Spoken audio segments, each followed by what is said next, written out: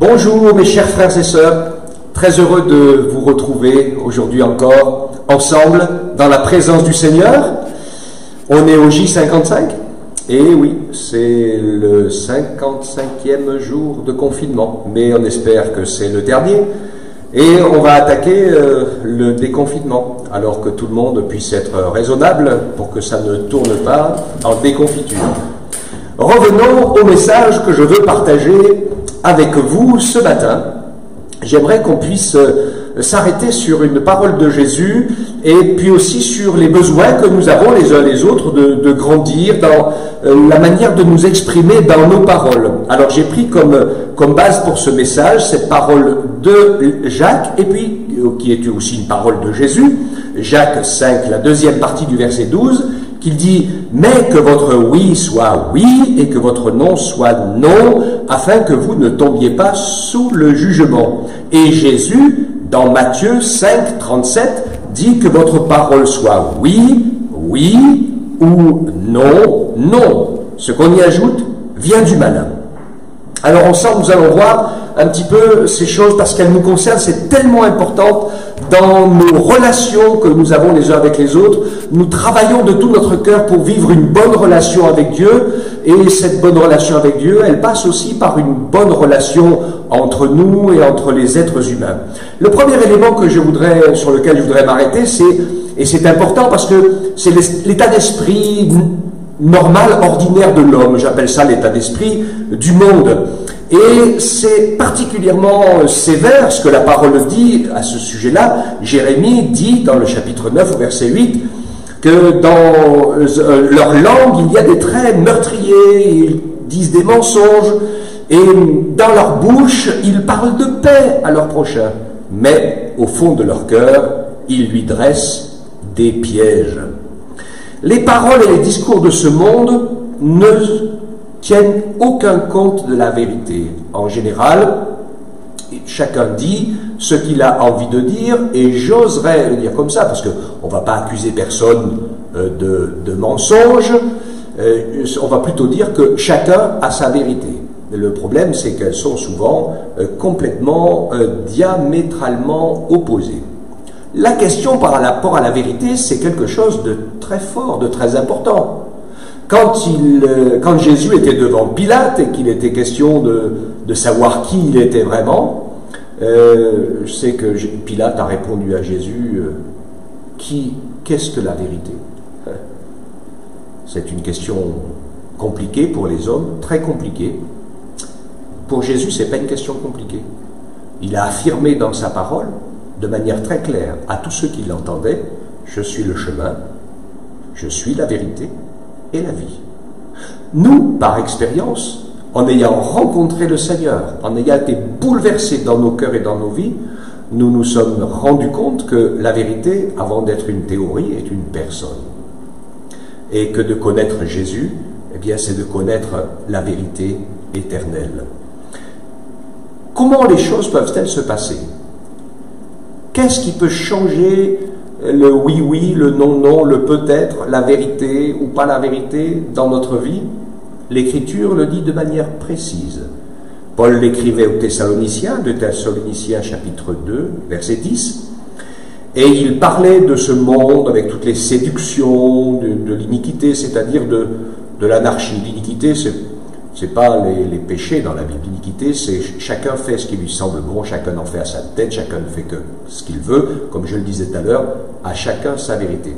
Et donc il y a dans cet univers-là toutes sortes de séductions. J'ai remarqué d'ailleurs qu'on croit beaucoup plus facilement au mensonge qu'à la vérité. Et l'Écriture le dit cela. Ces séductions de l'iniquité pour ceux qui périssent parce qu'ils n'ont pas l'amour de la vérité pour être sauvés. Première clé, l'amour de la vérité. Et l'amour de la vérité, elle n'est pas la vérité des autres, c'est la vérité sur soi. Ce qui a changé la destination et la destinée éternelle du brigand repentant, crucifié sur la croix aux côtés de Jésus, c'est pas qu'il était un homme parfait, loin s'en faut, hein, ou religieux ou quoi que ce soit. Il était tout le contraire. Mais ce qui s'est passé à un moment donné, c'est qu'il a regardé à l'intérieur de lui-même, et avec l'aide de Dieu et du Saint-Esprit, il a découvert sa vérité à lui, qu'il était pécheur, qu'il était perdu, qu'il avait besoin d'être pardonné et sauvé. Quand on permet au Saint-Esprit de nous convaincre de cette réalité-là, alors tout de suite après, le Saint-Esprit peut enfin faire son travail dans nos cœurs et nous convaincre de qui est la réponse. Je reprends mon brigand sur la croix, crucifié à côté de Jésus. Quand on regarde Jésus en train de mourir, crucifié sur la croix, c'est quand même difficile d'y voir le Fils de Dieu, d'y voir le Sauveur du monde, et d'y voir celui qui pardonne, celui qui guérit, celui qui sauve. Avec les yeux, c'est impossible à voir. On voit un pauvre homme pantelant, sanguinolent, frappé et aux portes de la mort. Mais pourtant, quand ce brigand sur la croix a accepté la vérité de sa conscience, de son âme et de sa vie, le Saint-Esprit a pu lui révéler la vérité de Jésus, le Messie, le Sauveur, et il a pu poursuivre avec cette prière incroyable en disant « Souviens-toi de moi quand tu viendras dans ton règne ». Là, ce n'est pas ses yeux qui parlent, c'est la conviction du Saint-Esprit. Il a découvert que Jésus est la vérité, que Jésus seul peut pardonner ses péchés et peut changer sa destinée éternelle. Et il était grand temps. La première question que le Seigneur me pose et te pose ce matin, où en es-tu par rapport à l'amour de la vérité, de ta vérité? Es-tu prêt à te regarder en face? On regarde toujours les autres, c'est facile de voir la paille qui est dans l'œil de notre prochain. C'est plus difficile de voir et d'accepter la poutre qui est dans le sien. Voilà donc l'état d'esprit de l'homme, des hommes en général. Quel doit être l'état d'esprit des disciples de Jésus? Eh bien, j'ai commencé à vous le dire en parlant de ce brigand repentant. La première clé, c'est être vrai, avec soi-même. Et ainsi, Jésus disait dans Jean 8, 32, c'était un verset que je vous ai cité la semaine dernière, puisque je vous ai parlé de la liberté la semaine dernière. Jésus disait donc, vous connaîtrez la vérité, et la vérité vous rendra libre. Je crois que je pourrais sans aucun problème traduire ce verset aussi de cette manière, vous connaîtrez Jésus, et Jésus vous rendra libre. Et ça, c'est l'expérience extraordinaire que seul le Seigneur Jésus est capable de nous faire vivre, de bouleverser notre existence. Aucune religion, aucun fondateur de religion de quelques siècles que ce soit n'a jamais pu faire ce travail.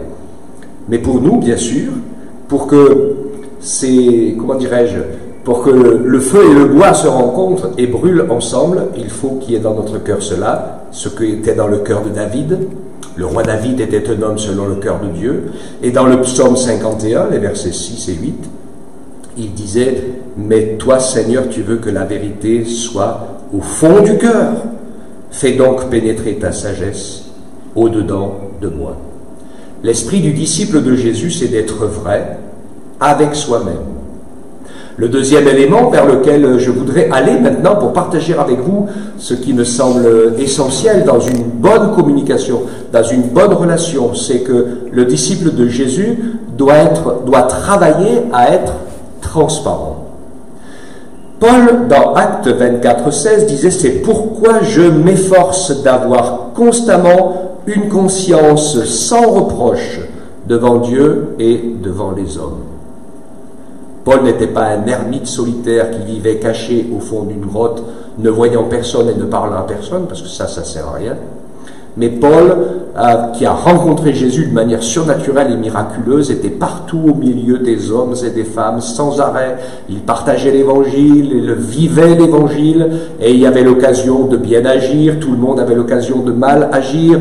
Ça se passait comme ça pouvait se passer au milieu des êtres humains, et donc l'apôtre Paul disait « Je m'efforce, je travaille pour avoir cette bonne conscience, pour qu'on puisse me regarder et non pas voir un homme parfait parce que ça n'existe pas, mais qu'en le regardant, on puisse voir un homme vrai. » C'est ce que Dieu veut pour nous. Non pas que nous soyons parfaits, mais que nous soyons vrais. Et si ça va bien, alléluia, merci Seigneur. Et quand il y a un moment difficile, soyons vrais. Et puis disons à Dieu, c'est difficile pour moi, Parfois, ça nous arrive les uns les autres dans nos prières, même de dire au Seigneur, c'est trop difficile pour moi, fais quelque chose. Et je sais que le Seigneur le fait. Et il est toujours pour secourir celui qui a besoin d'être secouru. Alors, ce que je veux dire par là, nous qui sommes ses enfants, qui sommes ses disciples, et qui sommes appelés à être transparents, nous devons être des hommes et des femmes de la parole, de la communication par nos paroles. Et je sais que moi, le premier, j'ai des progrès à faire dans ce domaine. Et j'ai toujours donné au conseil, ils peuvent le dire, les frères et les sœurs qui prennent la parole au milieu de nous tous, les prédicateurs, les chantres ou autres, j'ai toujours dit, vous êtes les témoins de l'Évangile, nous devons être des livres ouverts dans lesquels ceux qui nous côtoient doivent pouvoir lire, parce que c'est par la construction de cette vérité qu'il peut se construire un minimum de confiance, et c'est par cette confiance que commencent à poser les racines de la foi. C'est important pour nous d'être ainsi sincères et vrais dans notre marche avec le Seigneur. Oui, non pas parfait, mais vrai. Et c'est cela qui est important. Et pour Dieu aussi, il ne veut pas l'hypocrisie. Le Seigneur nous dit dans Matthieu 5, 13 à 16, il dit « Vous êtes le sel de la terre. Mais si le sel perd sa saveur, avec quoi la lui rendra-t-on? Il ne sert plus qu'à être jeté dehors et foulé aux pieds par les hommes. » Il rajoute au verset 14, « Vous êtes la lumière du monde. Une ville située sur une montagne ne peut être cachée, et on n'allume pas une lampe pour la mettre sous un boisseau, sous un seau, mais on la met sur un chandelier. Elle éclaire tous ceux qui sont dans la maison. » Verset 16, « Que votre lumière luise ainsi devant les hommes, afin qu'ils voient vos bonnes œuvres et qu'ils glorifient votre Père qui est dans les cieux. » Nous avons ici l'explication importante du fait de pouvoir être vrai, d'être sincère, d'être transparent, de pouvoir être lu, de pouvoir être regardé, et qu'on puisse voir dedans la vérité, la sincérité, l'amour de Dieu et la grâce de Dieu. Vous savez, quand il dit vous êtes le sel de la terre, quand le sel est tout seul, bien sûr, il se voit. Après, quand on le met dans quelque chose, eh bien, on ne le voit plus. C'est on sent qu'il est là ou on sent qu'il n'est pas là. Et c'est ce que le Seigneur veut, qu'on sente que le Seigneur habite en nous, même si on ne le voit pas vraiment, et que la lumière de Jésus puisse briller au travers de nous. Je le dis souvent, nous ne sommes pas le Seigneur, nous ne sommes pas les sauveurs, c'est Jésus qui l'est, mais nous sommes des poteaux indicateurs, et c'est vrai qu'en fait, finalement, un poteau indicateur, plus il est lumineux et plus il se voit. Donc le Seigneur nous encourage à vivre dans la lumière, à vivre dans la vérité, à mettre sa parole et sa lumière comme du sel dans tout ce que nous vivons et faisons pour que ça ne sonne pas faux. Et cela va se traduire, bien sûr, par toutes sortes d'actes, de comportements, d'attitudes, etc., qui ne sont pas mon propos à partager avec vous ce matin. Ça va se traduire aussi dans le fait de notre communication, parler ou nous taire. C'est ce côté que je voudrais aborder avec vous ce matin, dans le sens justement où que votre oui soit oui et que votre non soit non. Je voudrais revenir sur quelque chose que j'avais partagé avec vous il y a des années dans le livre des Nombres. Vous connaissez cette histoire. Il y a je ne vais pas en parler trop parce que ça risque de faire la différence entre les hommes et les femmes, qui est plus grand, pas plus grand, etc. Mais il y a quelque chose de très très particulier dont on a tiré une expression commune, qui n'est pas écrite noir sur blanc dans la Bible, mais cette expression, elle vient de cette pensée. Cette expression, c'est « qui ne dit mot, consent ». Vous connaissez ça? Qui ne dit mot, consent. Elle vient de cette histoire où dans la loi d'Israël, quand une femme était mariée, si elle prenait une décision, un engagement pour Dieu et pour les choses de Dieu, eh bien, si jamais son mari la prenait et puis qu'il n'était pas d'accord avec elle sur cet engagement, alors elle n'était pas obligée de l'accomplir. Mais si son mari ne disait rien, jusqu'au lendemain. Je crois qu'il y avait une journée entière, une nuit entière au moins, au minimum. S'il se taisait, alors, eh bien, l'engagement était à suivre. Et si, après plusieurs jours, il disait « Ah, mais non, mais finalement, j'étais pas d'accord », alors c'était lui le coupable du péché. Parce qu'il n'avait rien dit, et parce qu'il n'avait rien dit, eh bien, c'est comme s'il avait consenti.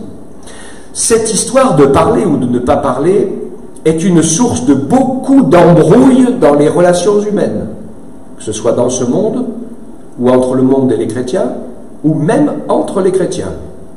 Et je vais vous en défaire le nœud. Le principe humain, parce que même si on est chrétien, qu'on connaît Jésus, on peut réagir humainement, ou réagir spirituellement. Quand on réagit de manière humaine, c'est que on se tait, très souvent on se tait, trop souvent on se tait, et souvent on se tait quand on n'est pas d'accord. Parce que ça cache notre colère, ça cache notre absence de douceur, ça cache notre absence de maîtrise de soi, parce qu'on se dit, si je lui dis ce que je pense, je vais lui claquer à la figure. Ça cache en fait l'immaturité et l'absence du fruit de l'esprit en nous. Donc c'est une manière d'agir. Mais celui qui travaille pour manifester le fruit de l'esprit et qui fonctionne avec le fait de parler ou de se taire, mais selon le principe divin. Le principe divin, il est contraire du principe humain. Le principe humain, on se tait quand on devrait parler. Le principe divin, c'est de parler quand on doit parler. Tous ceux qui grandissent et qui travaillent de toute leur force pour manifester le fruit de l'esprit, eh bien, nous avons compris le bon sens du message du silence, qui est le contraire de l'esprit humain. Moi, quand quelqu'un, frère ou sœur, ne me dit rien, alors dans mon cœur et dans mon esprit, c'est qu'il est d'accord avec ce que je viens de dire. Et je découvre très souvent que ce n'est pas vrai. Des frères, des sœurs ne me disent rien, mais ils ne sont absolument pas d'accord avec ce que je viens de dire ou ce que je viens de faire. Et là, il y a une anomalie. Parce que selon l'Esprit de Dieu, celui qui ne dit rien consent. Et selon l'Esprit du monde, on ne dit rien parce qu'on n'est pas d'accord. Alors je vais vous montrer un truc très simple, c'est quand j'avance, et quand plusieurs comme ça, eh bien, on avance en disant, eh bien c'est bon, personne n'a rien dit, donc tout le monde me suit. Quand on se retourne, on se demande ce qui se passe, qu'est-ce qu'il y a, personne derrière. En fait, personne ne nous suit. Je crois qu'il faut que nous apprenions à dire la vérité, à dire ce que l'on croit, que nous n'ayons pas peur de nous tromper, que nous ne devons pas rester entre nous et avec les gens du monde, rester secrets et mystérieux, surtout si nous sommes des gens qui prenons la parole devant tout le monde. Je pense qu'il y a 3 étapes qui vont vous aider à croire ce que je vous dis. C'est comment je me comporte. Ça, c'est la première étape. La deuxième, c'est que j'essaie de vous dire un certain nombre de choses que je vis et que je pense, que je crois et que je ne crois pas. J'essaie de vous dire ce qu'il vous faut entendre pour que vous me connaissiez, que vous sachiez qu'est-ce qui bout dans ma marmite. Et ce qui va permettre après, en 3e partie, d'annoncer le message et la parole pour être cru, compris et accepté. S'il n'y a pas les 2 premières étapes, eh bien, vous allez ni croire ni accepter ce que je vais dire. Alors, si a priori on n'est pas d'accord, prenez l'habitude de réagir spirituellement. Et pour ne pas vous fâcher, si vous n'êtes pas d'accord avec quelque chose, peut-être on peut se dire, et c'est comme ça qu'on réagit avec le fruit de l'esprit, on se dit, peut-être que je ne t'ai pas compris. Donc on peut se questionner et dire, est-ce que c'est bien ça que tu as voulu dire? Je l'ai compris comme ci, je l'ai compris comme ça. Déjà c'est super important parce que j'ai besoin, moi, de savoir si vous êtes avec moi ou contre moi. Et toi aussi tu as besoin de savoir, mon frère, ma soeur, si ceux qui t'entourent sont avec toi ou contre toi. Et on peut être, et c'est là le dernier point que je vais aborder avec vous, c'est que on peut être avec toi et pas d'accord sur ce que tu viens de dire là, maintenant, par rapport à quelque chose, en disant non, moi je pense autrement. Il nous faut apprendre à dire les choses de manière à éviter la généralisation. La généralisation, c'est comme on le fait malheureusement, et ça m'est arrivé, je m'en excuse quand ça m'est arrivé, de dire « je ne suis pas d'accord avec toi ». Et ça, ça englobe la personne avec l'idée qu'elle vient d'exprimer. Je crois qu'on ferait mieux de dire « je ne suis pas d'accord avec l'idée que tu viens de partager ». Mais je suis toujours d'accord avec toi parce que je t'aime et je veux t'aider et je veux vivre avec toi pour servir le Seigneur la main dans la main. Qu'est-ce que vous en pensez? C'est super important. Devenons des gens de la parole constructive. Apprenons à comprendre que nous avons besoin de nous soutenir les uns les autres. Ne restez pas dans le silence quand vous n'êtes pas d'accord. Je discutais avec des frères ou sœurs du conseil d'administration et je me disais, mais n'importe quel membre du conseil d'administration peut dire, eh ben, je voudrais qu'on se réunisse pour parler de quelque chose. On n'est pas obligé d'attendre que le pasteur dise et provoque une réunion. Il n'y a pas de souci. Ou des frères et sœurs de l'Église qui voudraient qu'on aborde un sujet.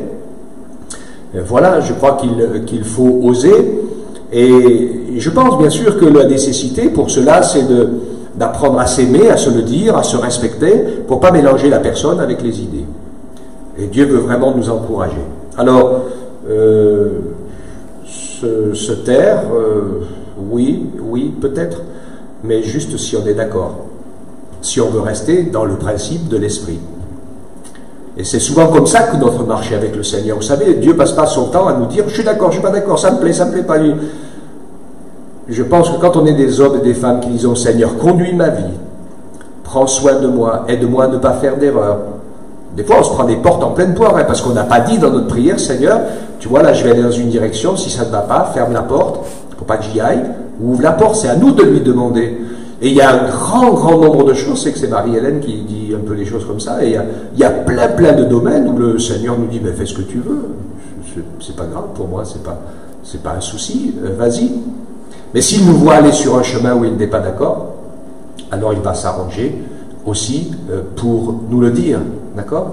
Que le Seigneur nous permette ainsi de pouvoir avoir un oui qui soit oui, un non qui soit non, ne pas mélanger les idées avec les personnes, ne pas nous comporter de manière charnelle et humaine selon les principes humains qui font monter la colère et se taire parce qu'on n'est pas capable de se maîtriser, mais que nous puissions travailler au fruit de l'esprit pour pouvoir se parler, s'encourager, se dire les choses en disant « moi je n'ai pas le même point de vue », voilà, etc. Et c'est super important pour que nous puissions avoir confiance les uns avec les autres. Moi, il y a des personnes avec qui ça devient compliqué d'avoir confiance parce qu'ils disent jamais rien. Alors tu sais pas. Il est avec moi, il est contre moi, il est d'accord, il n'est pas d'accord. Waouh, c'est compliqué, hein?